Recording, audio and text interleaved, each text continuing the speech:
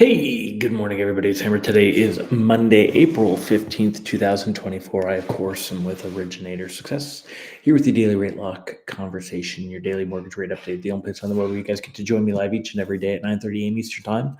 Talk about what's going on with rates and pricing. Let me know in the comments. Good morning, Tim Klyla, Mallory Fotiatos, Kyle Mazikas. Let me know. Can you guys hear me okay? I'm talking low. It'll be a very echoey room, so I'm going to keep it a little more low key. Let me know that you guys can hear me okay, though, if you don't mind. Also, if you're watching on the replay, don't forget to smash the like button, but give us a hashtag replay as well. Ron Siegel showing it as Titanic Remembrance Day. It is also tax day. I'd rather send my money to the bottom of the ocean, but we already know where it went. Remember to smash that like button, all that other good stuff. You can sign up for our written lock advice, www.ratelockadvice.com. You can, thank you, Yasmin. Appreciate you, Tim Klyla. Good morning. You guys can also get my email to your inbox each and every day. Sign up for our text alerts if you'd like. And last but not least, check us out at originatorssuccess.com. If you want to sign up for reminders for the lives, you could do that at hmmr.io, my little short link, hmmr.io slash reminder. All right. Okay. So let me get over here. Don't shoot the messenger, but it is an ugly morning. Let's say hi to the live folks. I enjoy that part a lot more than I'm going to telling you about what rates and pricing are going to be at today. So good morning, Deb Dickinson, of course, Mr. Siegel, Yasmin, good morning. Let's see. Soft Hammer Day. Yeah, exactly. Mallory, Megan, Tom Stafford, Rob Stewart. Good morning, y'all. Great to see you guys as well. All right, let me see captions. All right, let's take a look at the technicals here and go into what's going on this morning. Mortgage-backed securities are down 36 basis points on the day. We're switching to the 6.0 coupon. The 5.5 has fallen all the way down into the mid 97s. Not a good sign. Switching over to the 6.0 this week, still below par, 99.40. It's down 36 basis points to start the day. Most of that came in overnight trading. At 8:30, we did have the strong retail sales, which gave us a little bit of a blip. I mean, if we look at this for like a 2-day, you could see right here, there was a little blip for retail sales. Retail sales came in stronger than expected, but didn't even really cause much of a blurb this morning. Bonds are already off to a really weak start in overnight trading. No love whatsoever for all the drama that's going on over in Iran and all the stuff going on there. I don't care about Trump. That's not affecting rates at all. But I wanted to show you what was going on with the Iranian situation. Iran shooting missiles and drones and everything over at Israel. That normally we would see some kind of a flight to safety. However, that really has not been the case. Everyone is telling Israel to not counterattack and calm down. And Iran has said the matter can be deemed concluded. It was basically a bunch of saber rattling after Israel killed a few of the Iranian generals and some other, I think, there were 7 people. Then this is their way of answering back, showing that they're retaliating. So, but as it says here, the fact that Iran has said the matter can be deemed concluded has ushered in a sense of calm for markets. So that's not helping anything at all. As far as rates go, I mean, you could see on Friday we had a really nice day. It dropped back down a little bit. We saw rates improve, and then we're going to give that back this morning. And we'll be back up to where we were kind of over here on Thursday. It's kind of the worst rates. Again, I'm not yet panic locking. So rate sheets are going to be worse than Friday, as I pointed out. Reprice risk on the day today is moderate.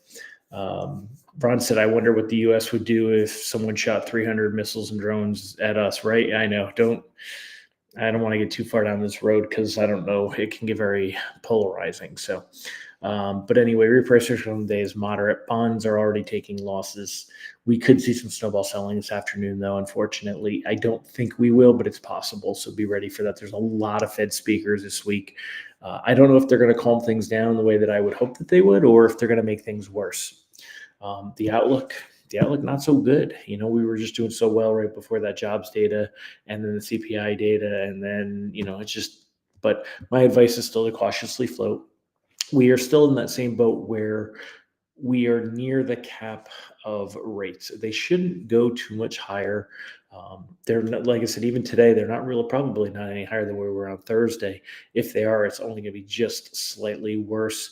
We're still very, very far off from where the lows were for mortgage-backed securities when the Fed was due to be hiking rates. There is no talk of the Fed hiking rates. Let's take a look together and look at what the Fed futures are doing. You can get a lot on that. I'll leave that up here. Okay. So take a look here. Remember the lighter bars on the right, this is a month ago. So a month ago, there was, a 35% probability that we would see 3 rate cuts. A month ago, there was a 23% probability that we would see 4 rate cuts. There was even a very small, slim probability we would see 5 rate cuts, right? Whereas look at the dark blue line, that's where we're at now. And the highest probability, 36%, is that we'll see 1 cut by the end of the year.